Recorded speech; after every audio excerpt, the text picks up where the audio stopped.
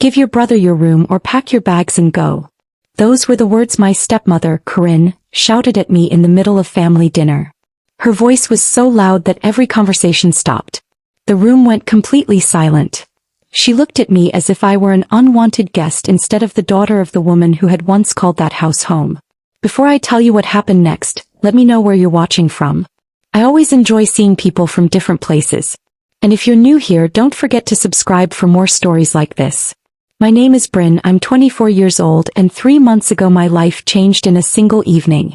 Corinne stood at the head of the table, hit her hand against the wood and repeated herself. Give your brother your room or pack your bags and go. Tonight.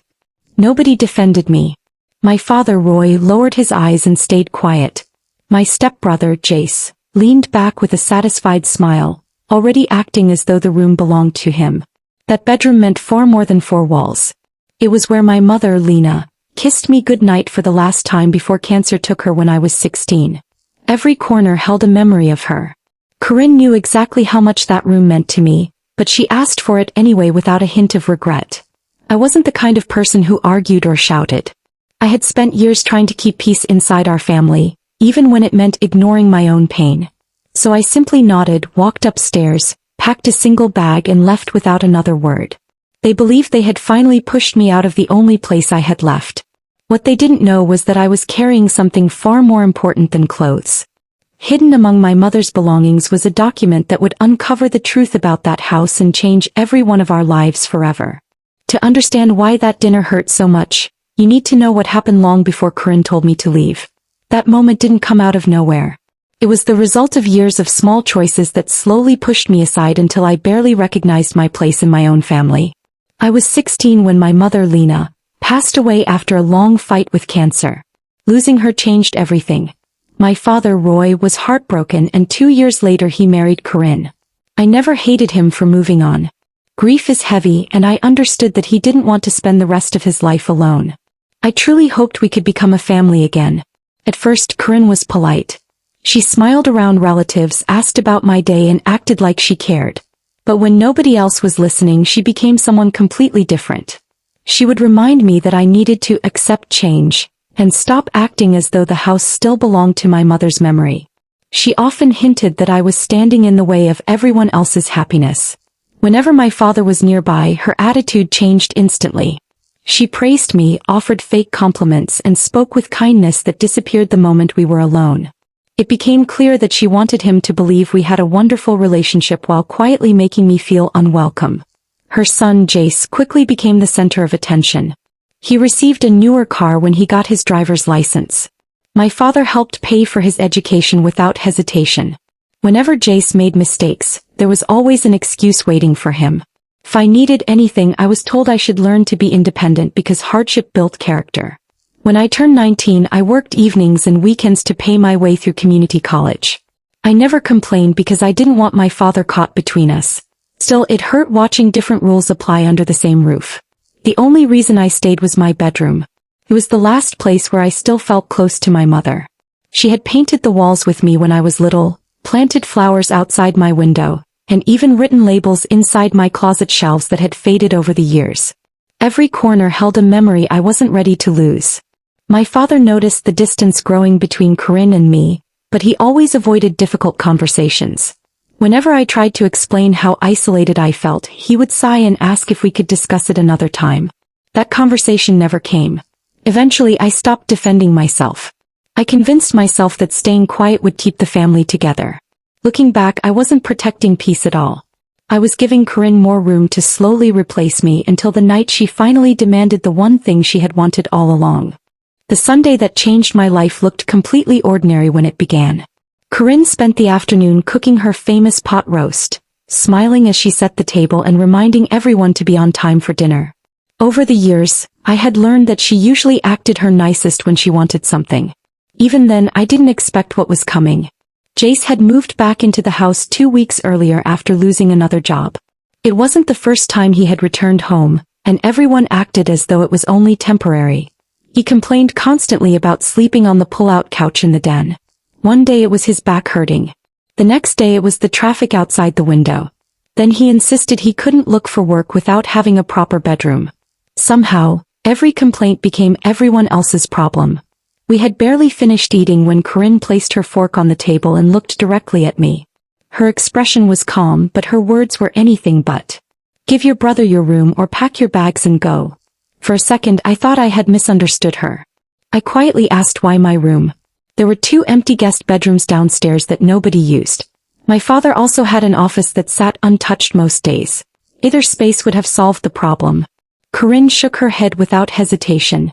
She said those rooms weren't suitable for Jace. She wanted mine because it was larger, brighter, and more comfortable. I knew the real reason. My bedroom overlooked the flower garden my mother had planted years earlier. Corinne had spent years trying to erase every reminder that my mother had ever lived there, and now she wanted the last piece. I turned toward my father, hoping he would finally speak. I didn't expect a long speech. I only needed him to say one sentence to remind everyone that I belonged there too. Instead, he stared at his dinner plate and remained silent. That silence hurt more than Corinne's demand. At that moment I realized I had been fighting alone for years. Without arguing, I stood up from the table, walked upstairs, and packed a single duffel bag. I wasn't leaving because they were right. I was leaving because I finally understood that staying had changed nothing. Before walking out, I opened the small fireproof box my mother had left behind. I had avoided it for years because every photograph inside brought back painful memories. Hidden beneath an old stack of family pictures was a folded document with my name written across the front. I slipped it into my bag without reading it, grabbed my keys, and drove straight to my Aunt Faye's house. I didn't look back and I didn't say goodbye. I had no idea that the paper I carried would soon change everything. My Aunt Faye opened the door before I even knocked twice.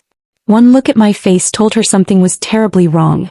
She didn't ask questions right away. She simply hugged me, took my bag, and let me spend the night without forcing me to explain what had happened. Faye had always been that kind of person. She was my mother's older sister, honest to a fault and impossible to fool. Corinne's polite smiles had never worked on her. She saw through people quickly, but she never judged without listening first. Growing up, she was the one adult who made me feel heard. The next morning we sat together at her kitchen table with 2 cups of coffee growing cold between us. I reached into my bag and pulled out the folded document I had found inside my mother's fireproof box. Until then, I hadn't been strong enough to read it. As I unfolded the pages, my hands shook so badly that the paper slipped from my fingers. Faye gently steadied it while we read every line together. It was a legal amendment to my mother's will, signed and properly witnessed the year before she died. The document explained that the family home had been placed into a trust for my benefit. When I reached my 25th birthday, full ownership of the property would legally transfer to me. I read the words again because they didn't seem real. Not just my bedroom.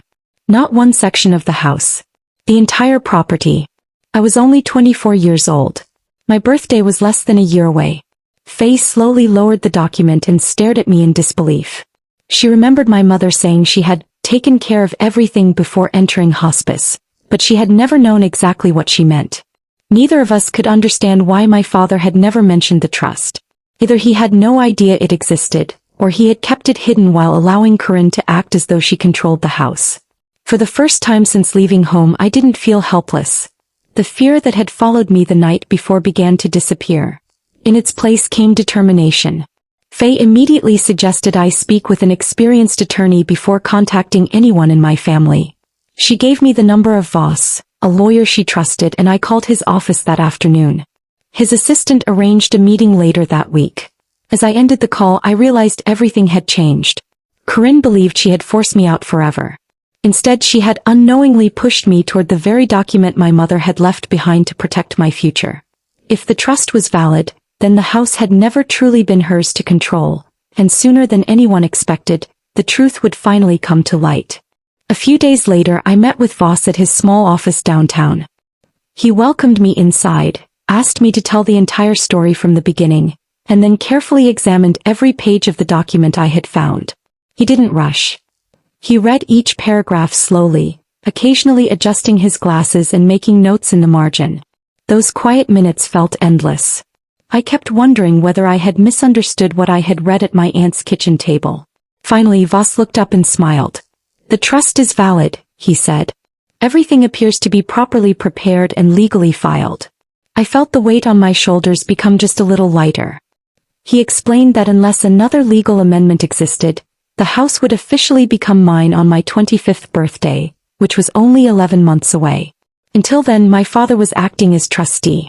That meant he had a legal responsibility to protect the property for my benefit rather than allowing someone else to treat it as their own. When I explained how Corinne had forced me out of my bedroom, Voss became thoughtful. He said her behavior wasn't only unfair. Depending on the circumstances and supporting evidence, my father's decisions as trustee could raise serious legal concerns if they failed to protect my interests. I immediately asked what I should do next. His answer surprised me. "Nothing dramatic," he said.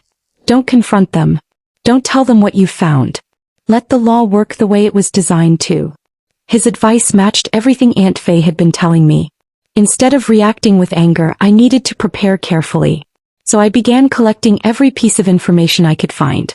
I requested certified copies of my mother's will, the trust paperwork, and every legal amendment connected to the property.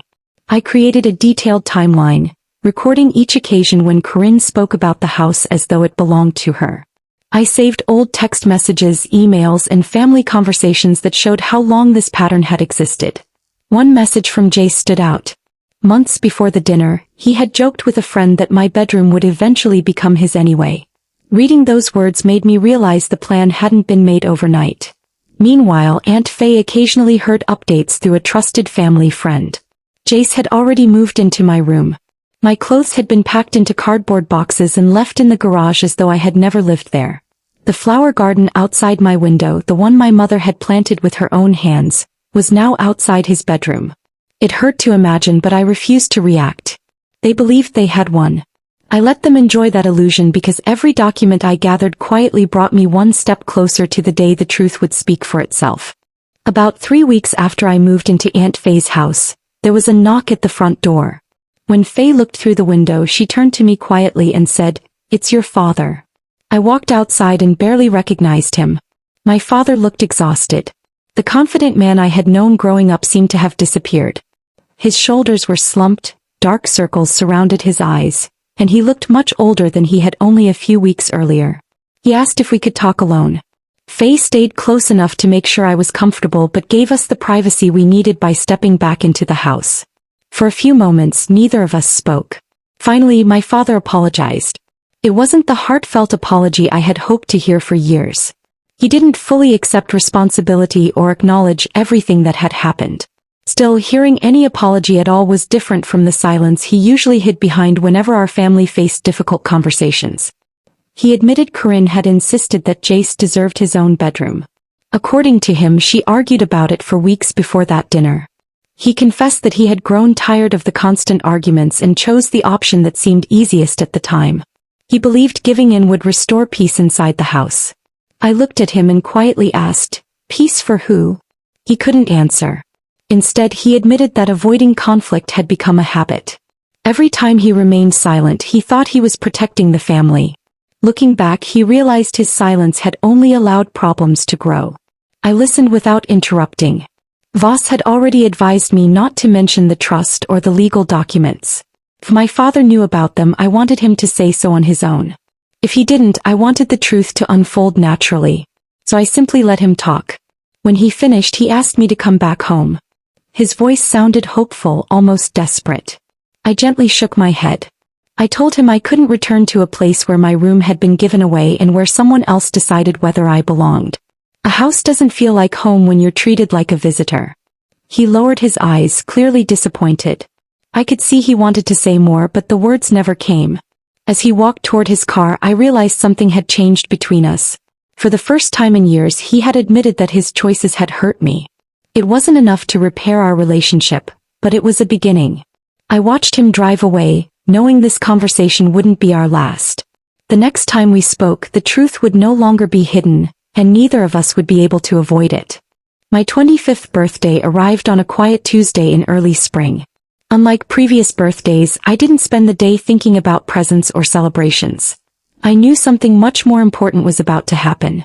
4 months, Voss had carefully prepared every document, making sure every legal step would happen exactly as my mother had planned years before. Once my birthday had passed, the trust officially became active. My father's role as trustee ended, and ownership of the house legally transferred to me. There were no raised voices or dramatic family meetings. I didn't want revenge through embarrassment. I wanted everything handled properly and within the law. 2 days later, a process server delivered the official paperwork to the house. The envelope contained the trust documents, the notice confirming the transfer of ownership, and a formal letter explaining that my father's responsibilities as trustee had ended. That simple delivery changed everything. Later that afternoon, Aunt Faye called with news she had heard from a longtime neighbor.